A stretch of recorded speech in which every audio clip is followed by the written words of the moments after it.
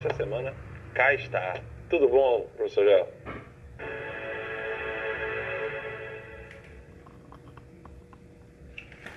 Muito bem, hoje nós queremos falar sobre liberdade e escravidão no homem. O que de fato é a liberdade e o que de fato é a escravidão. Muita gente confunde esses dois termos. É usado politicamente por gregos e troianos e nunca a gente consegue entender bem o que isso significa no homem de fato. E para isso, Café Filosófico. Semana passada não tínhamos o professor Joel e nesta semana cá está.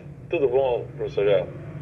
Tudo bom, Alan? Tudo bem, graças a Deus. Estamos aqui de novo para conversar aí sobre um tema que, no meu entendimento, é extremamente importante, né? Porque existe, de fato, muita confusão sobre esse tema, sobre esse assunto. Professor Joel, quando se fala em liberdade, né, o que para o homem é ser livre? A primeira coisa que vem à cabeça das pessoas é o fato de que ninguém impõe nada para aquela pessoa. Ninguém nada. Ninguém em todos os sentidos, né? Nenhum governo, nenhum político, nenhuma ideia, nem nada. Como se estivesse a caminho de uma liberdade plena e absoluta, na qual ele não deve obedecer a nada e a ninguém. E aí cria um pouco de confusão na cabeça, sobretudo dos jovens, né? Para que eu possa ser livre, eu tenho que não mais obedecer os meus pais, afinal de contas, eu já sou maior de idade. Agora eu não devo satisfação a ninguém. Né? O que de fato é a liberdade, né? Então, quando nós pensamos, digamos assim, historicamente, é interessante aí que cruzam várias questões, né? Lógico que hoje em dia, quando se fala em liberdade, me parece que para a maioria das pessoas, quando se fala em liberdade, é você fazer simplesmente o que você quer, o que você tem desejo, enfim, você realizar os seus desejos, impulsos, projetos, poder fazer o que você quer sem nenhum tipo de restrição ou impedimento. Então, infelizmente, existe uma certa ideia de liberdade como ausência total de restrição, né? E chegar ao ponto até de uma autodeterminação, né? Ou seja, eu posso até determinar e mudar o meu ser, a minha natureza, como se isso fosse possível.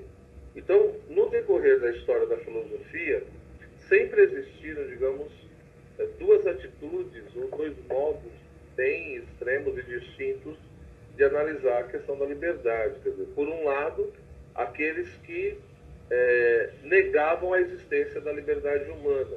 Então, se eu não escolhi o país que eu ia nascer, se eu não escolhi a minha família, se eu não escolhi, sei lá, a cor da minha pele e tantas outras coisas que eu não escolhi, como que eu posso dizer que o ser humano, então, tem liberdade?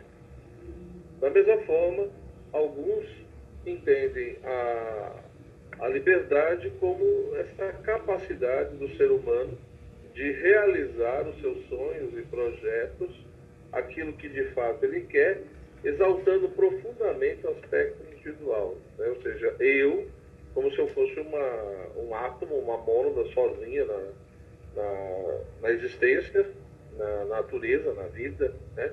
Onde de fato eu posso fazer aquilo que eu quero, a tal ponto, repito, de reinventar, de fazer o meu próprio ser. Se você pega, por exemplo, a filosofia atualista, ela vai defender justamente isso, né? Ou seja, não apenas uma liberdade no sentido moral, mas uma liberdade no sentido ontológico, ou seja, que é a grande discussão hoje em dia de ideologia de gênero, de transgênero e tantas outras coisas aí. Então, esses dois extremos me parece que são problemáticos, porque, no fundo, é inegável que o ser humano, ele vive, se ele vive dentro do tempo e do espaço, ele é um ser localizado, né? Ou seja, não tem como. Eu faço parte de uma sociedade, eu faço parte de uma cultura, eu faço parte de uma época, né? E tem coisas que é nítido que nós recebemos dos nossos antepassados, da nossa família, né, da sociedade que nós estamos inseridos. Então, tem coisas que nós herdamos, não só no sentido cultural, mas no sentido genético, enfim, e há uma hereditariedade em vários aspectos. Por outro lado, me parece também negar que o ser humano tenha liberdade é uma bobeira enorme também, né? Porque ao mesmo tempo que o ser humano ele é influenciado, né, por várias coisas, essa influência não chega ao ponto de uma predeterminação absoluta, ou seja, na medida em que o ser humano toma consciência dos condicionamentos históricos, culturais, linguísticos, religiosos e tantos outros, na medida que ele toma consciência desse condicionamento, ele tem condições também de fazer determinadas escolhas perante aquilo que o condicionou. Então isso mostra que ele tem uma liberdade. Lógico, afirmar que o ser humano tem uma liberdade absoluta é uma ingenuidade boba, né? É uma coisa louca, porque eu não tenho opção de querer ser igual uma águia, né? De voar igual uma águia, por exemplo. Né? Então é nítido que existem limites, ou seja, o ser humano, ele não, por um lado, ele não nasce pronto e acabado, pré-determinado, mas por outro lado ele faz escolhas, mas faz escolhas dentro dos certos limites que a própria natureza coloca, dentro das condições que são colocadas. Então o ser humano, ele tem uma liberdade, mesmo que seja uma liberdade relativa, condicionada, mas eu não posso negar que ele tem essa liberdade. Mas, repito, no decorrer da história da filosofia, isso muitas vezes foi problematizado, né, de diversas formas, desde o mundo grego, no mundo romano, até os dias atuais tem discussão sobre isso. Né? E por um lado, me parece que existem autores que sempre vão que a liberdade humana, ela é real, ela é importante, né? Mas que não existe necessariamente uma contraposição entre, de um lado, ou eu tenho liberdade e autonomia, ou, por outro lado, eu sou uma pessoa totalmente pré-determinada e condicionada. Ou seja, não há contradição entre liberdade e autoridade. Né? Eu posso ter liberdade e, ao mesmo tempo, ter uma certa reverência e ter uma postura de obediência e de respeito perante uma determinada autoridade. Então, a grande questão é que me parece que nós precisamos repensar e discutir essas questões, historicamente falando, mostrando o que ocorreu no decorrer da história, o que mudou nessa compreensão da problemática da liberdade. Né?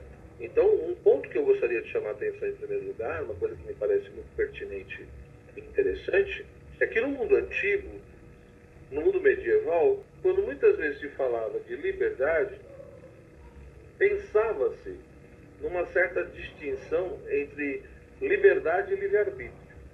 Eram termos que apareciam, né? Principalmente no contexto cristão, ali nos primeiros séculos, depois do medievo, né?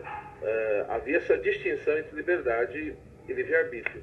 Mas mesmo antes dessa distinção entre liberdade e livre-arbítrio, pega, por exemplo, o exemplo dos estoicos é muito interessante, porque os estoicos defendiam a ideia de uma providência, né? Ou seja, de uma ordem racional das coisas, de uma razão, de um logos que rege o mundo e todas as coisas, e ao mesmo tempo eles defendiam a questão da liberdade.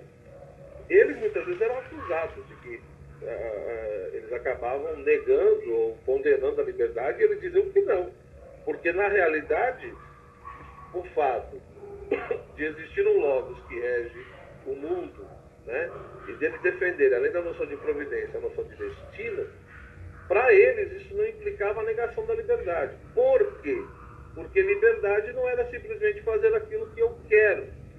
Né? Ou seja, se liberdade, por um lado, tem essa relação com uma vontade livre, né, uma vontade capaz de fazer escolhas e tomar decisões, por outro lado, eu não tenho apenas essas capacidades só para fazer aquilo que me agrada.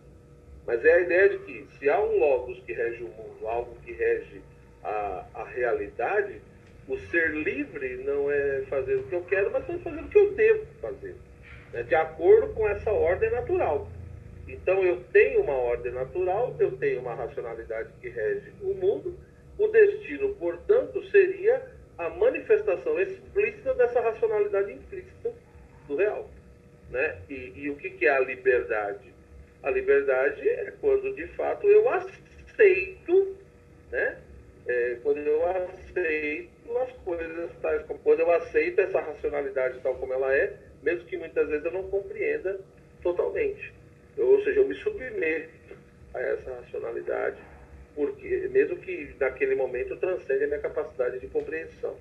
Isso vai gerar, como eu disse na sequência, do ponto de vista histórico ali no início do cristianismo, em autores como Santo Agostinho, mas depois também no contexto medieval como Santo Anselmo e outros, a distinção entre liberdade e livre-arbítrio, né? Ou seja, o livre-arbítrio geralmente é associado à questão da vontade. Então eu tenho o livre-arbítrio da vontade, ou uma vontade livre. Isso quer dizer o quê? Uma vontade capaz de fazer escolhas, de tomar decisões, né, sem ser forçado, digamos assim. Eu tenho essas condições, ou essa certa autonomia da vontade, de querer tal coisa, ou de efetuar tal coisa. Então, o livre-arbítrio da vontade estaria nesse contexto, nessa capacidade de querer, né, livremente algo. Enquanto que a liberdade não é simplesmente querer ou fazer algo, mas a liberdade é quando eu uso o meu livre-arbítrio de uma maneira reta, né? Então, quando eu penso no âmbito da liberdade, eu estou pensando não só em ter um livre-arbítrio da vontade ou em usar esse livre-arbítrio, mas é quando eu uso o livre-arbítrio de acordo para o fim para o qual ele me foi dado, né? Ou seja, se por intermédio do livre-arbítrio da vontade eu posso escolher entre o bem 1 e o bem 2 ou o bem 3, né, o livre-arbítrio retamente, eu não vou escolher apenas um bem ou não vou escolher qualquer coisa. Eu vou escolher o bem melhor, aquilo que for mais perfeito. Portanto, a liberdade não é só fazer o que eu quero, a liberdade não é só ter uma capacidade de fazer escolhas e decisões livres, mas a liberdade é quando eu consigo escolher o bem mais perfeito, quando eu consigo escolher aquilo que é melhor, né? Então veja que isso está implicado um aspecto aí que não é só social, político, mas existe uma dimensão, né, essa ideia de que existe uma dimensão metafísica, uma esfera que não está baseada apenas naquilo que eu vejo, que eu toco, mas há uma ordem de princípios e de valores que fundamenta e rege, né, as escolhas e decisões humanas. A grande questão é que no mundo moderno, no mundo contemporâneo, a liberdade ela foi sendo cada vez mais restringida numa conotação meramente política e social, né? Ou seja, é a ideia de uma liberdade apenas no contexto físico, né? Se você está preso numa cadeia ou se você está fora da cadeia, e a questão da liberdade de pensamento e de expressão, né? Se eu posso expressar minhas opiniões, meus pensamentos, a minha visão de mundo, né? Se eu tenho o direito de fazer as minhas escolhas e não ser prejudicado por causa disso. Então, tanto que, se você pegar os autores a partir do século XVII e XVIII, a palavra livre-arbítrio, aos poucos, ela foi desaparecendo. E ficou o quê? A palavra liberdade, né? E aí o termo liberdade ele vai ganhando cada vez mais força, e é lógico que também vão surgindo conceitos diferentes do que seja liberdade, mas essa conotação social, econômica, política, ela vai ganhando um peso cada vez maior. E a questão da liberdade moral, no sentido mais antigo medieval, vai se perdendo. Ou seja, o aspecto moral que vai sobrar é a questão da autonomia. Autonomia. Essa ideia de que eu tenho liberdade, se isso veio do meu próprio ser, se isso foi uma decisão minha, se brotou do meu próprio eu, da minha vida interior, então eu tenho essa autonomia. Determinado, influenciado ou predeterminado por algo que não sou eu, seria mais o princípio de heteronomia. É um outro que está me determinando, né? E Kant, por exemplo, todo mundo sabe disso, né? Um dos grandes filósofos do século XVIII, que defendeu muito o conceito de autonomia, ele batia muito nisso, né? Ou seja, ouse pensar por si mesmo, né? Você tem que aprender a pensar por você mesmo, e o seu princípio de escolha e decisão tem que estar em você mesmo, não fora de você, né? E me parece que a partir disso, Alan, é que foi se estabelecendo esses paradoxos, contradições que nós vivemos hoje. Ou seja, parece que para muitas pessoas você só pode ter liberdade e autonomia se você execrar da sua vida a palavra autoridade e obediência. Se você defender a autoridade e a obediência como valor, é como se isso gerasse um paradoxo, uma contradição, né? Ou eu defendo a autoridade e a obediência, ou eu defendo a liberdade e a autonomia. Na minha opinião, no meu entendimento, isso é falso, né? Eu acho que a gente pode defender, por um lado, a liberdade e a autonomia, e, por outro lado, ao mesmo tempo, conciliar com a questão da autoridade e da obediência. A questão é como ver isso, não só do ponto de vista teórico, mas do ponto de vista prático. E a gente vê isso na... Porque agora eu estou me ouvindo aqui. Baixar um pouquinho seu speaker aí. Eu pedi para o senhor baixar um pouquinho aí o... Ah, tá, peraí. O que eu vejo, na minha própria experiência, acho que todo mundo teve um pouco disso na vida, sobretudo quem já passou da juventude, é que vendem essa porçãozinha mágica, né, para o jovem, como se a liberdade fosse exatamente isso, uma oposição à autoridade e à ordem. Então, se tem uma autoridade, então você não é livre. Então, se você obedece seus pais, você ainda não está apto para alcançar a liberdade, ou você jogou a sua liberdade na lata do lixo. Como se eu fosse livre a partir do momento que eu não tivesse mais nenhuma autoridade, ou me indicando, me induzindo, ou me impondo, no sentido moral, algo que eu deva fazer e algo que seja bom.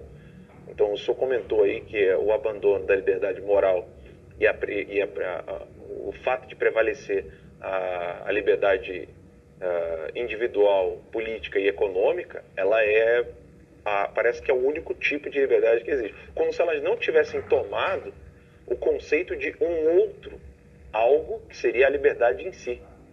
Né? Porque o pano de fundo que eu vejo, como que o senhor acabou de relatar, é que a liberdade econômica, a liberdade política, a liberdade individual, ela não tivesse tomado emprestado, ou por analogia, o conceito de nada mais fora dela.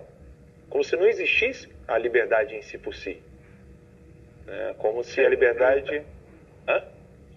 É aquela história, né? Ou seja, eu defendo, por um lado, a liberdade física, o direito de ir e vir, né? Sim. De não ficar preso fisicamente. Aí eu também defendo a liberdade de pensamento, o direito de ter as minhas opiniões, de expressar minha visão de mundo. Tudo bem, eu não sou contra isso. Só que as pessoas esquecem que essa liberdade física e essa liberdade de pensamento, de expressão, até que ponto elas são absolutas, ou se tem limites sobre tudo isso. Tanto que hoje em dia o que mais se discute é sobre isso. Né? Na minha opinião, às vezes até de uma maneira, enfim, um pouco exagerada. Né? Você pega essa questão do politicamente correto, chegou um pouco suportável. Ou seja, você não pode falar praticamente nada, que as pessoas já se ofendem por tudo, né? Esse patrulhamento linguístico é uma coisa assustadora que se vive hoje. Mas a questão que o pessoal não percebe, se existe por um lado, e hoje em dia é muito comum fazer essas distinções, como se perdeu a diferença entre liberdade e livre-arbítrio, isso é uma coisa abandonada, é muito difícil recuperar isso. Né? Eu só estou expressando aqui. Hoje em dia o pessoal fala, ou a liberdade econômica também, que existe a liberdade moral. E essa liberdade moral, me parece que é extremamente necessário a gente voltar a conversar sobre isso. Porque o que é a liberdade moral? A liberdade moral não é a liberdade para você fazer qualquer coisa ou fazer o que você quiser. A liberdade moral é a liberdade para você querer o bem e fazer o bem. Né? O problema, e é isso que a gente tem que entender, por que essa liberdade moral, aos poucos, vai sendo deixada de lado? Me parece que tem dois motivos. Ou seja, o primeiro motivo é que foi entrando um certo tipo de ceticismo, essa ideia de que o ser humano não pode conhecer o mundo, a realidade tal como ela é. Aos poucos, esse tipo de pensamento foi adentrando, né, o meio acadêmico, a filosofia, o modo de pensar e conceber as coisas. Então essa ideia de que o ser humano ele tem perspectivas, ele tem interpretações, ele tem modos de ver as coisas, mas ele nunca consegue ter um conhecimento sobre a própria realidade. Então, se eu não posso conhecer a própria realidade, como que eu posso emitir um juízo dizendo que algo é bom ou é mal? E é lógico que esse tipo de ceticismo, né, ele também foi ganhando força e foi gerando depois um tipo de relativismo, né? As coisas são relativas, enfim, depende do ponto de vista ou da perspectiva. Logo, essa liberdade moral passa a ser questionada, porque o que é bom para você não é bom para mim, né? Os costumes e o comportamento evoluem, então o que era considerado certo antigamente hoje pode ser errado, o que era errado pode ser certo, porque as coisas mudam constantemente, né? Agora, o que é contraditório com a paradoxal é que, ao mesmo tempo que é tipo de relativismo, elas são totalitárias e absolutistas, porque, ao mesmo tempo que elas falam que as coisas mudam, elas dizem que a sociedade evolui, né? Então, por exemplo, como alguns ministros do STF já disseram abertamente várias vezes, já que a sociedade não evolui por ela mesma, nós temos a obrigação de fazer a sociedade evoluir, né?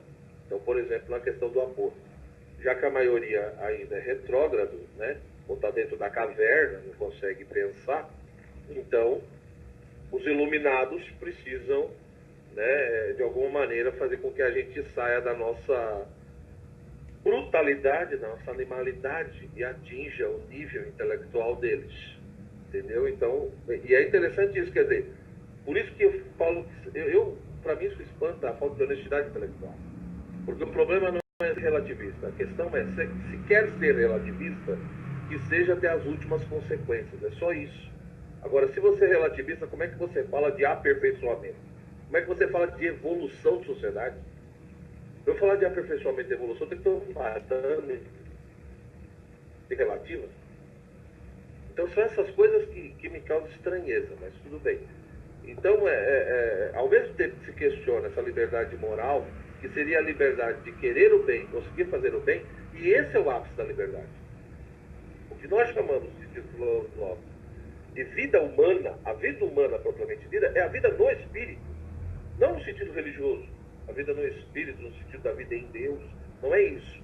Mas é a vida no espírito, no sentido de viver a vida propriamente humana, de acordo com a especificidade humana que transcende as meras necessidades e potencialidades da matéria, né? Que vão além dessa animalidade, dessa brutalidade, ou dessa sobrevivência do dia a dia, mas que busca algo que transcende tudo isso, que é a questão da verdade, do belo, da justiça, do amor e por aí vai, né? Então, essa vida no espírito que expressa a especificidade da vida humana.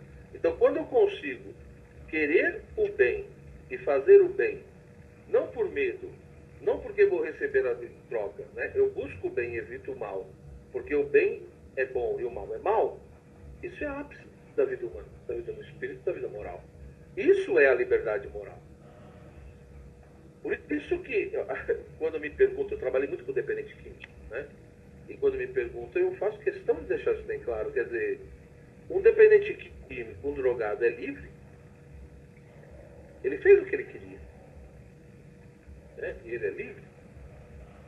Essa é uma questão que precisa ser pensada, né? Uma pessoa que tem uma vida promíscua, que engravida e depois quer fazer aborto, por exemplo,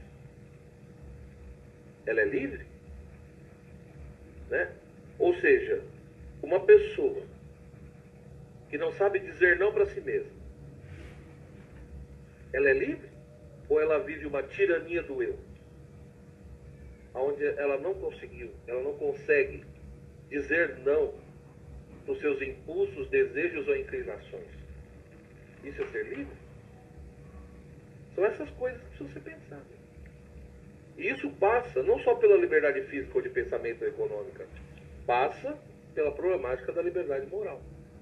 Onde, se por um lado eu tenho condições de dizer sim ou não, de buscar isso ou aquilo, de querer ou não querer algo, por outro lado, eu também tenho que admitir que não sou eu mesmo que determino o valor moral da minha ação.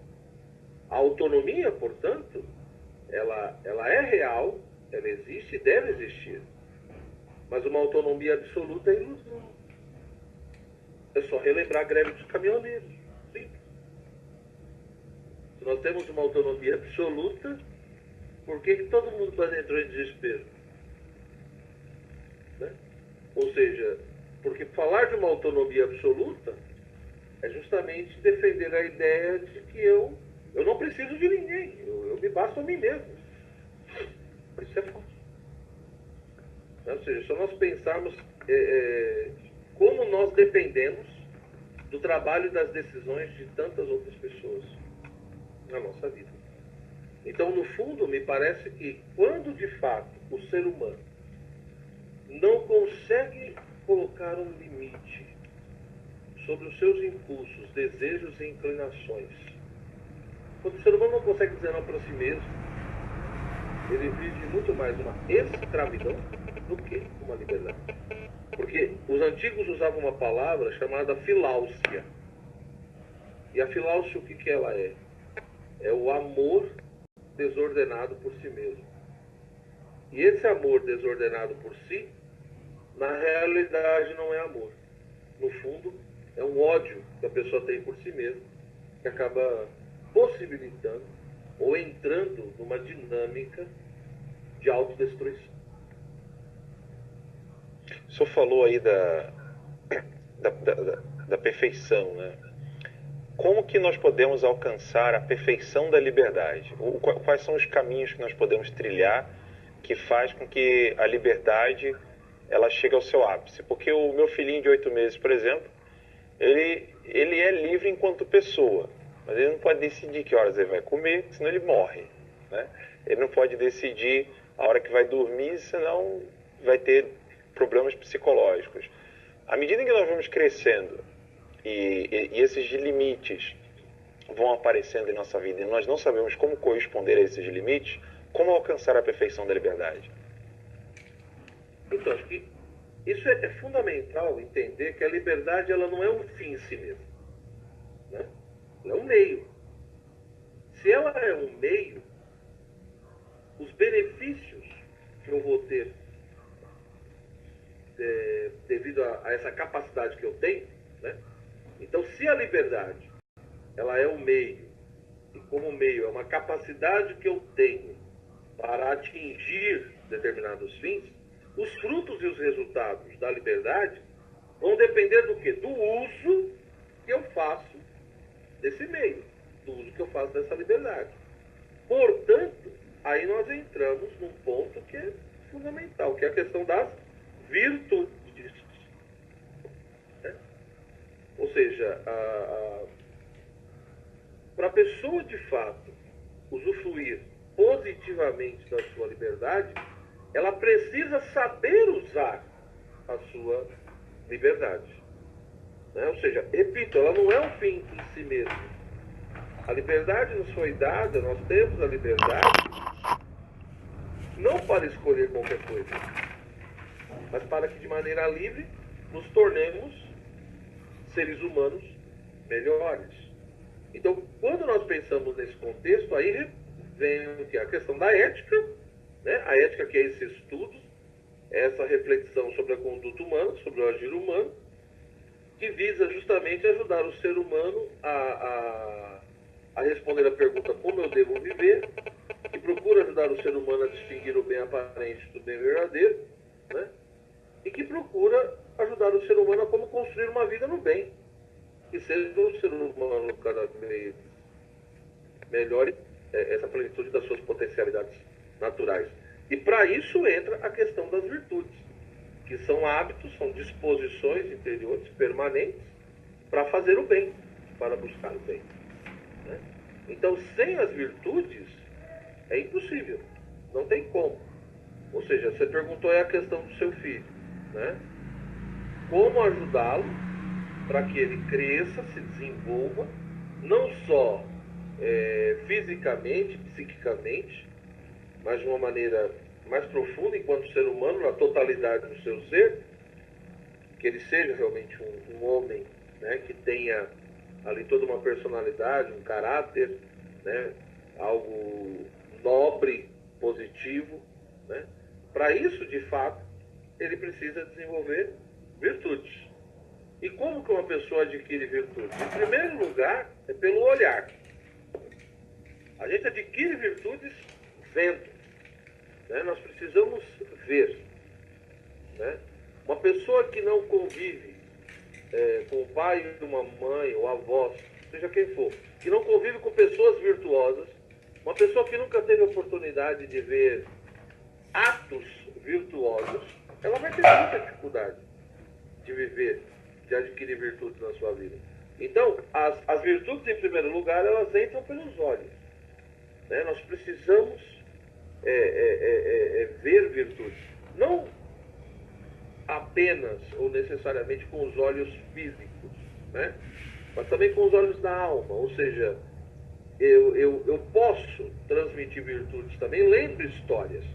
Por isso a importância, né, de se ler histórias para crianças que mostrem ali exemplos positivos, exemplos virtuosos, né?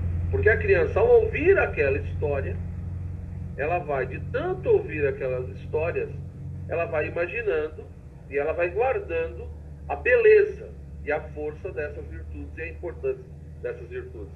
E quais foram os resultados dessas virtudes na vida daqueles personagens, né? Então esse é o primeiro momento, quer dizer, eu diria que o primeiro ponto para uma criança ela precisa ver virtudes, evidentemente que a figura do pai e da mãe ali, da família em geral, tem uma influência muito grande, mas também através de histórias, de leituras, né, filmes e por aí vai. Ela precisa ver isso. Até chegar ao ponto que isso chega ao coração, né? Mas como é que eu chego quando é que eu sei que chega no coração? Quando aquilo realmente já está tocando profundamente a pessoa, no sentido de que despertou nela o desejo de imitar, o desejo da imitação. Ela quer ser igual, ela quer fazer a mesma coisa.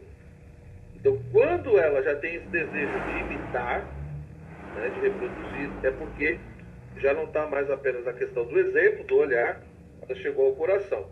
E aí vem a terceira etapa, que é o estudo, que é quando a pessoa precisa, de fato, estudar e buscar compreender a origem, né, a raiz, o fundamento das virtudes, o sentido, né, de cada uma e por aí vai. Esse seria o processo. É um processo longo, não é tão simples assim.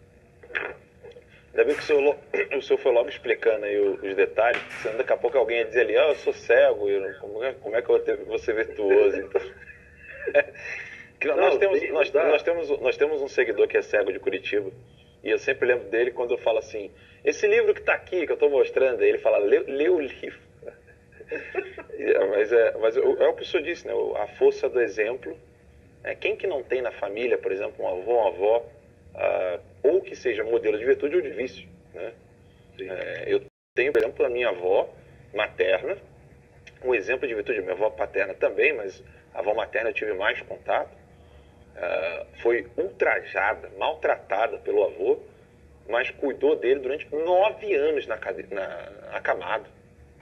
9 anos. Eu não estou falando de cuidando com máquina de lavar, secadora, centrífuga. Não, meu filho. Eu vi com meus próprios olhos minha avó lavar roupa no Rio. Entendeu? Sem atadura, gaze. Que nada, meu filho. Era pano. Vamos dizer que eu sou das cavernas, que eu sou velho pra porra. Mas não é isso não. Porque minha avó morava muito no interior do Rio de Janeiro.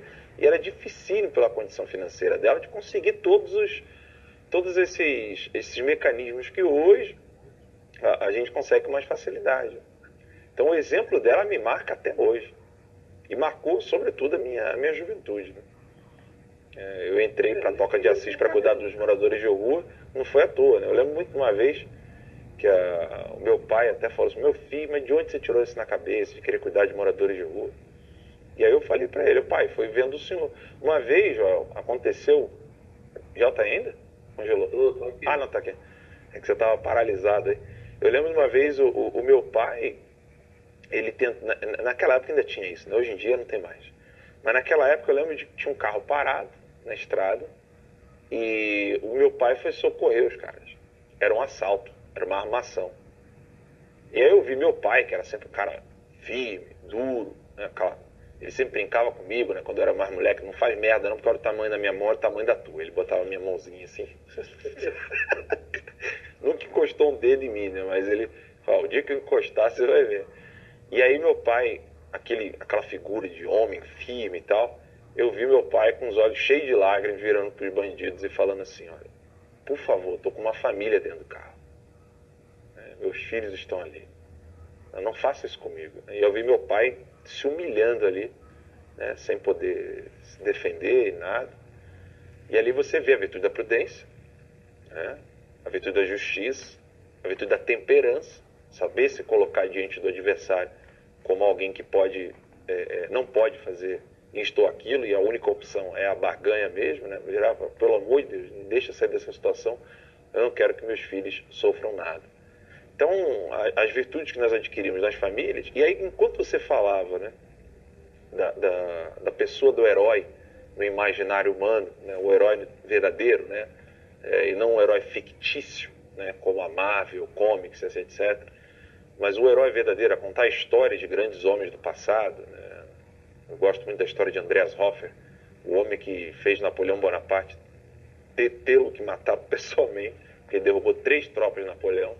Um homem que, pela sua fé católica, lutou por Deus, pelo trono e pela pátria. E aí eu fiquei imaginando o que será dessa geração de agora, né, Jean? O que será dessa geração que todos os heróis são fictícios, usam capas, ou não são virtuosos, são dinheiristas, são promíscuos, etc. Não tem mais exemplo dentro do lar. Eu fico me perguntando que tipo de liberdade terão os homens, ou que tipo de busca pela liberdade terão os homens que hoje são crianças e são alimentados com esses heróis fictícios que nunca estão no mundo real.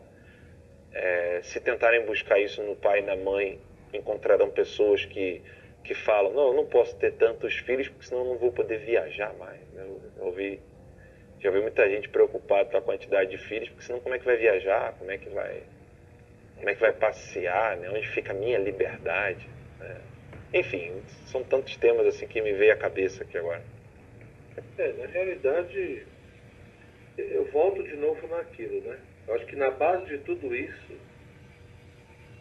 o que acontece? Eu lembro há muitos anos atrás, quando, enfim, eu era bem esquerdo e tudo, e uma das coisas que eu aprendia muito e que eu ouvia muito nos lugares que eu frequentava, é que a gente tinha que se libertar do maniqueísmo. Né? Isso era uma coisa muito falada por vários professores e autores, né, que eu lia também, etc. Mas o que eles entendiam por isso? Isso é um ponto importante que a gente tem que ter claro. Ou seja, o que significa se libertar do maniqueísmo? É essa ideia de que existe o bem e o mal. Né? Ou seja, uma coisa é o maniqueísmo como gnose, o maniqueísmo como realmente o que ele foi. Outra coisa é a interpretação que muitas vezes se faz do maniqueísmo. E nesse contexto, por exemplo, que eu vivi formativo em vários lugares, digamos assim, se dizia que a gente tinha que se libertar do maniqueísmo. Por quê? Porque essa luta entre o bem e o mal, ela não existe. Não existe a luta entre o bem e o mal. O que existe é o humano. E todo humano é uma mistura de bem e mal. Então, aí entra um pouco naquilo que você estava perguntando, Alan, que é muito sério. Você entendeu? Ou seja, se todo o humano é uma mistura de bem e mal, então não existe essa questão da figura do herói e nem, né, do malvado, do monstro, né, daquele que realmente causa dor nas pessoas, né? Então, eu acredito que no imaginário das pessoas foi se colocando justamente isso, ou seja, o humano, o ser humano, ele sempre vai ser um paradoxo e um drama. O ser humano, ele é capaz de realizar tanto coisas boas como coisas más. Portanto, não existe ninguém que seja totalmente bom e ninguém totalmente mal. Ora, alguém poderia perguntar, mas professor, qual é o problema desse tipo de raciocínio? O problema desse tipo de raciocínio é o problema de tudo aquilo que é falso, né? Porque é uma mistura, né? Ou seja, é evidente que nesse tipo de raciocínio tem coisas que são verdadeiras. Ou seja, nós humanos, nós temos sim as nossas pequenas contradições e paradoxos, né? Ou seja, o ser por mais que um ser humano seja bom, virtuoso, ele tem as suas limitações, ele tem as suas dificuldades, né? E ele continua tendo a sua luta. Ou seja, dizer que alguém é bom, é virtuoso, não implica necessariamente dizer que essa pessoa já atingiu uma plenitude tal que ela não tenha nada mais a melhorar. Então, realmente, somos humanos, e enquanto humanos, temos em nós coisas boas, atitudes boas, e muitas vezes também coisas más e atitudes totalmente erradas. Mas isso não significa, o problema é a consequência que se tira disso. Se estabelecem essas premissas e aí tira-se a seguinte conclusão: eu não posso dizer que ninguém, eu não posso afirmar que alguém seja modelo ou referência para ninguém. Por quê? Porque todo mundo é uma mistura de bem e mal. Como todo mundo é uma mistura de bem e mal, então ninguém tem moral para nada. No caso das eleições em política, isso é totalmente claro, isso é explícito. Como esse tipo de discurso de declínio entrou na cabeça das pessoas.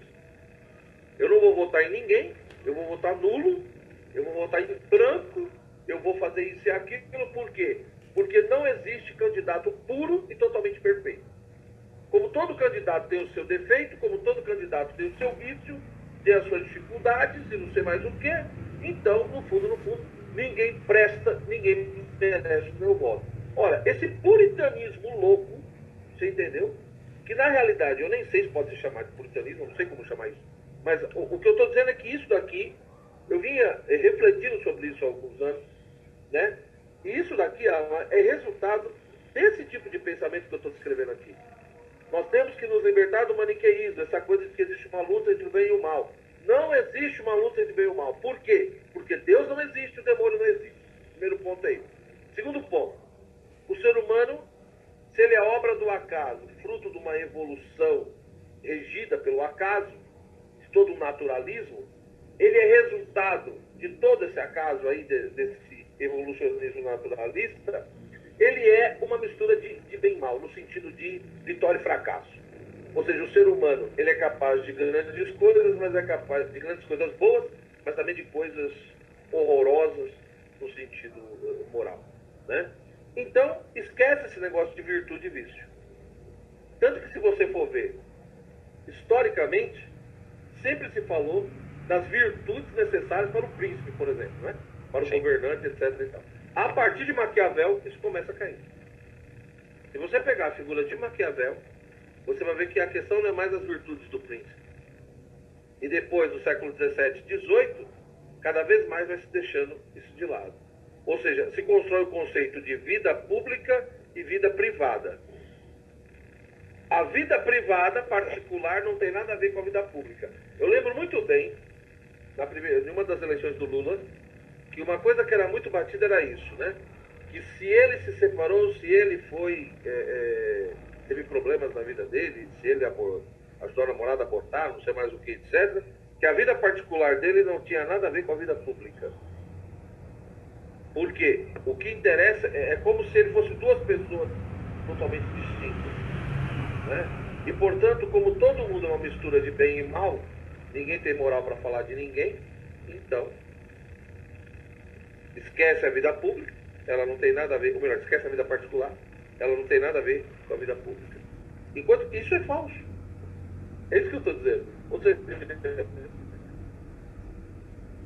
peraí que falhou, João. o que eu estou querendo dizer é todo ser humano tem uma mistura de bem e mal. Mas o que é errado nesse raciocínio? É dizer que já que todo mundo tem os seus conflitos e lutas, então é como se todo mundo estivesse no mesmo nível, no mesmo patamar. Isso é errado. Isso é errado. Que é a falta de senso de proporção, né? Exato. Você nega a proporção das coisas. Entendeu? Isso é caso pensado, é manipulação. É manipulação, porque aí eu gero nas pessoas Primeiro que eu tiro delas o desejo de melhorar, de lutar para ter mais virtudes, para ser uma pessoa melhor. Por que eu não preciso melhorar? Porque todo mundo é todo uma droga. Ninguém tem moral para falar nada. Não existe melhor ou pior. No fundo, todo mundo deve no mercado, né? Essa é a expressão que o pessoal usa. Todo mundo deve no mercado. E segundo, eu atingo a consciência política das pessoas. Eu tiro delas o desejo de participação, eu tiro delas a crença de que eu posso ter um Brasil melhor para o Brasil. De que eu posso... Então é a famosa teoria do guarda-chuva, né? Ou é 0 ou é 100. É uma coisa assim que eu nunca vi. E as pessoas perdem de novo a noção de proporção. E aí é aquela ideia de que, bom, já que não tem nenhum candidato perfeito, né, nenhum candidato que não tem nenhum risco no cristal, então eu não vou votar em ninguém. Isso é falso. É isso que eu estou querendo dizer. Ou seja, no fundo, existe uma luta entre o bem e o mal, sim. Tanto interna quanto externa. Há uma luta entre o bem e o mal. Segundo, nós somos uma mistura. Mas terceiro, nós temos que ter uma autoanálise de que para que lado nós estamos pendendo. E existe a proporção. Ou seja, eu tenho plena consciência que tem pessoas que são melhores do que eu. Eu, Joel, tenho plena consciência disso. Tem pessoas que têm um tipo de vida, de atitude, de comportamento, que são virtuosamente melhores do que eu. Como eu tenho consciência que tem pessoas que precisam melhorar muito para chegar perto. Né? Ou seja, mas tudo isso pressupõe o quê? Pressupõe de que existe uma ordem natural das coisas. Pressupõe que o valor não é uma coisa inventada pelo ser humano, mas é algo intrínseco às ações e às próprias coisas. Pressupõe que existe o bem e o mal. Não Sim. Enquanto produto apenas da sociedade, mas que dentro de uma instância metafísica, por exemplo. E é o que a engenharia social faz, né? Sim, aí você joga as pessoas, repito, você vai tirando essas referências e todo mundo vai, né? Aí você pega uma pessoa que tem uma vida extremamente séria, né? Busca o bem, procura fazer o bem, e aí você pega, sei lá, 2 ou 3 atitudes erradas, ou 2 ou 3 falas equivocadas, e você pega e anula quase tudo que essa pessoa fez por causa de alguns erros. E aí você diz que ela é igual a todo mundo, mas como é igual a todo mundo? Quando se você compara, você vê a diferença. A não ser que, repito, você perdeu totalmente a noção de proporção e de contato com a realidade. Sensacional. Temos uma pergunta. Temos uma pergunta aqui que eu gostaria muito de ler. É a pergunta do Cadu Marques. O que fazer na educação quando se é professor? Né? Ou seja, para o professor desenvolver virtudes, sendo que tem que cumprir os planos de ensino. A pergunta do Cadu é muito pertinente, porque o professor ele se vê ali obrigado a cumprir certas ordens, e aí como ele vai poder incutir nos alunos as virtudes, sendo que ele tem que acatar, aspas, né, as ordens estabelecidas pelo sistema de ensino. Aí é aquela história, né? Eu acho que tem que usar a inteligência e a criatividade, né? Eu acho que você não precisa explicitamente bater de frente. Não que eu acho que tem que ser covarde, não é isso não. Mas eu acho que tem que ser inteligente e criativo. Então, por exemplo, brincando um pouco, né? Eu lembro uma vez que falaram, olha, tem que falar sobre filosofia na África, né? Autor africano, etc e tal. Falei, eu já faço isso. Falei, mas como você já dá filosofia na África? Ué, Santo Agostinho era o quê? Africano. Tá bom? Você entendeu? Ah, tem que falar sobre a mulher na Idade Média. Tudo bem. Pega um texto da Regina Bernoulli.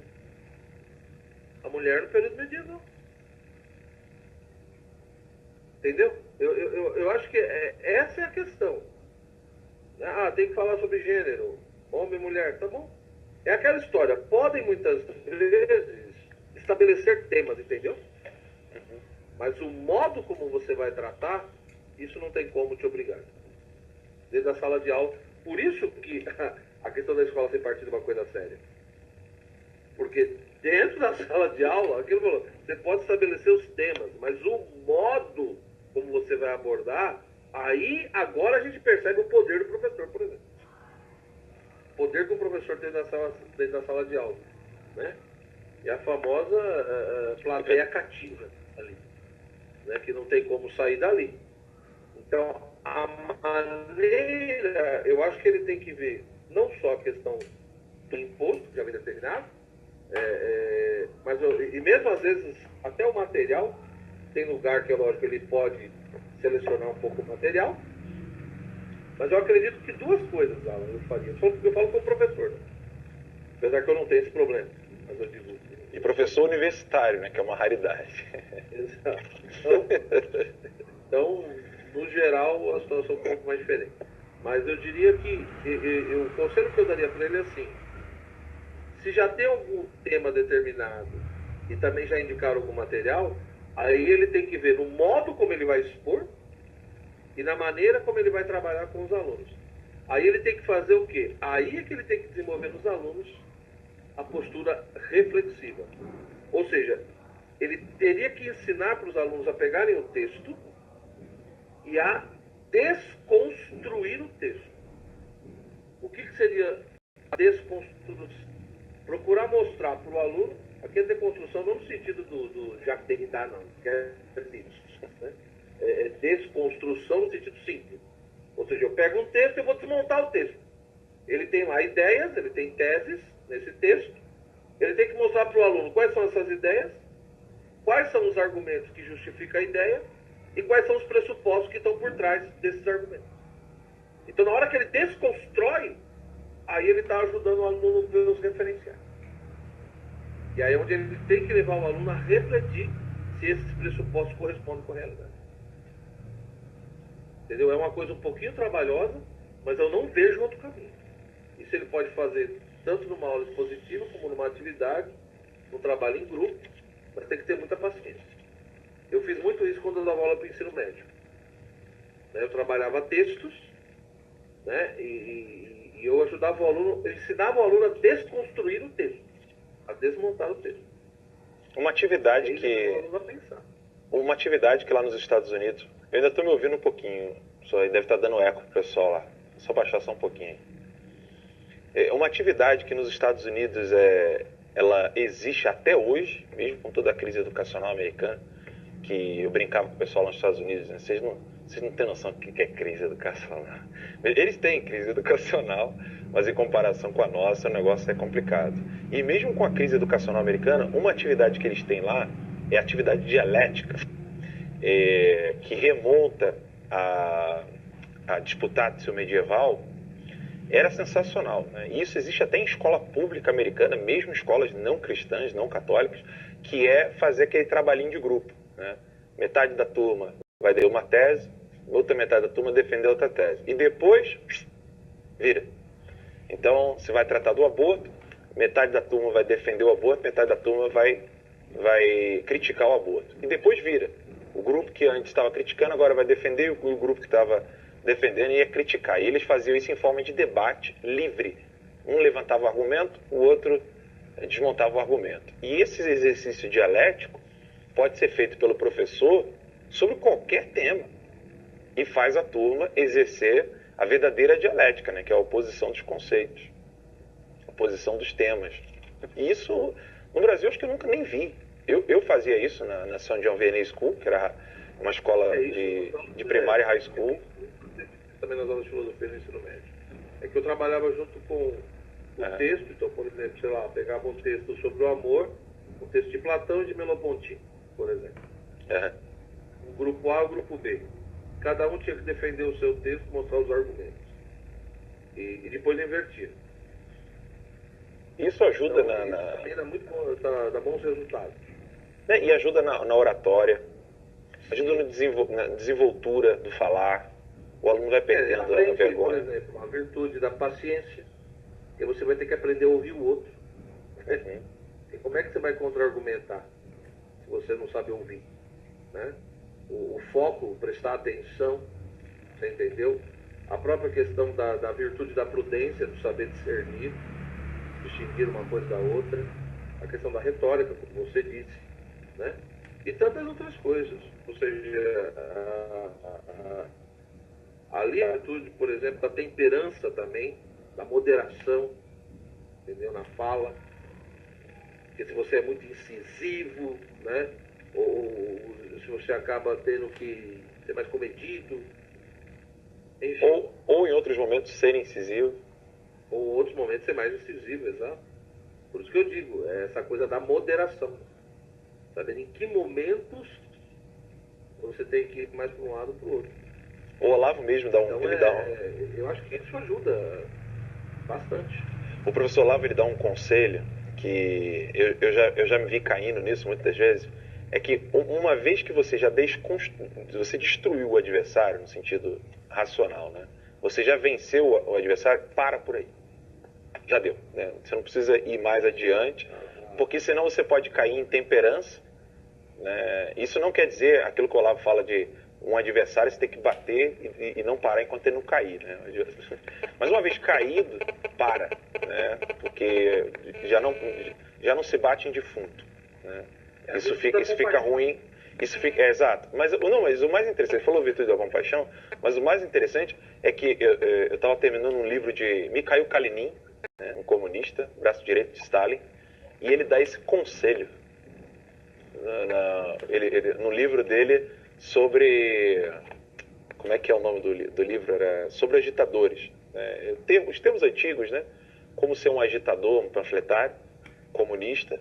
E aí ele falava isso. Uma vez que você já convenceu a plateia, você já destruiu o adversário, para por aí.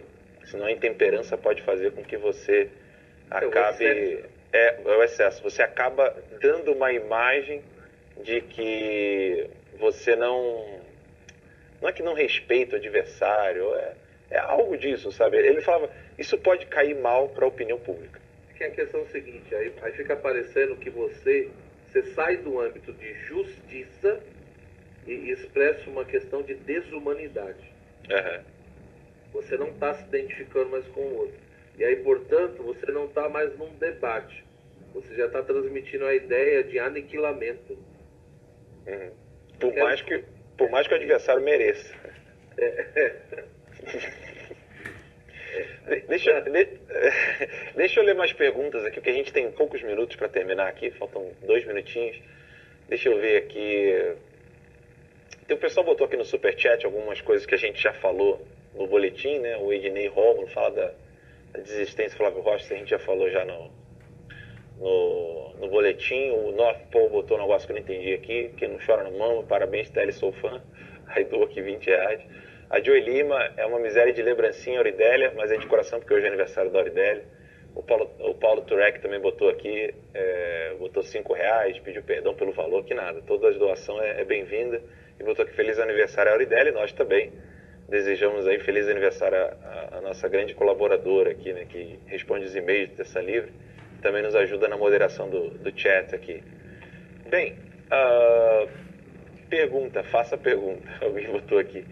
Eu não estou vendo aqui perguntas recentes, vai ser difícil ficar voltando muito. Eu acho que, deixa eu ver aqui, o pessoal esquece que pergunta termina com ponto de interrogação. Então se eu não vejo ponto de interrogação, eu saio passando aqui. Então eu não tenho muitas perguntas. Vamos ver se o pessoal está perguntando agora aqui, tem um delay, né? Enfim, eu só gostaria de lembrar o seguinte, né? Quem gostou aí desse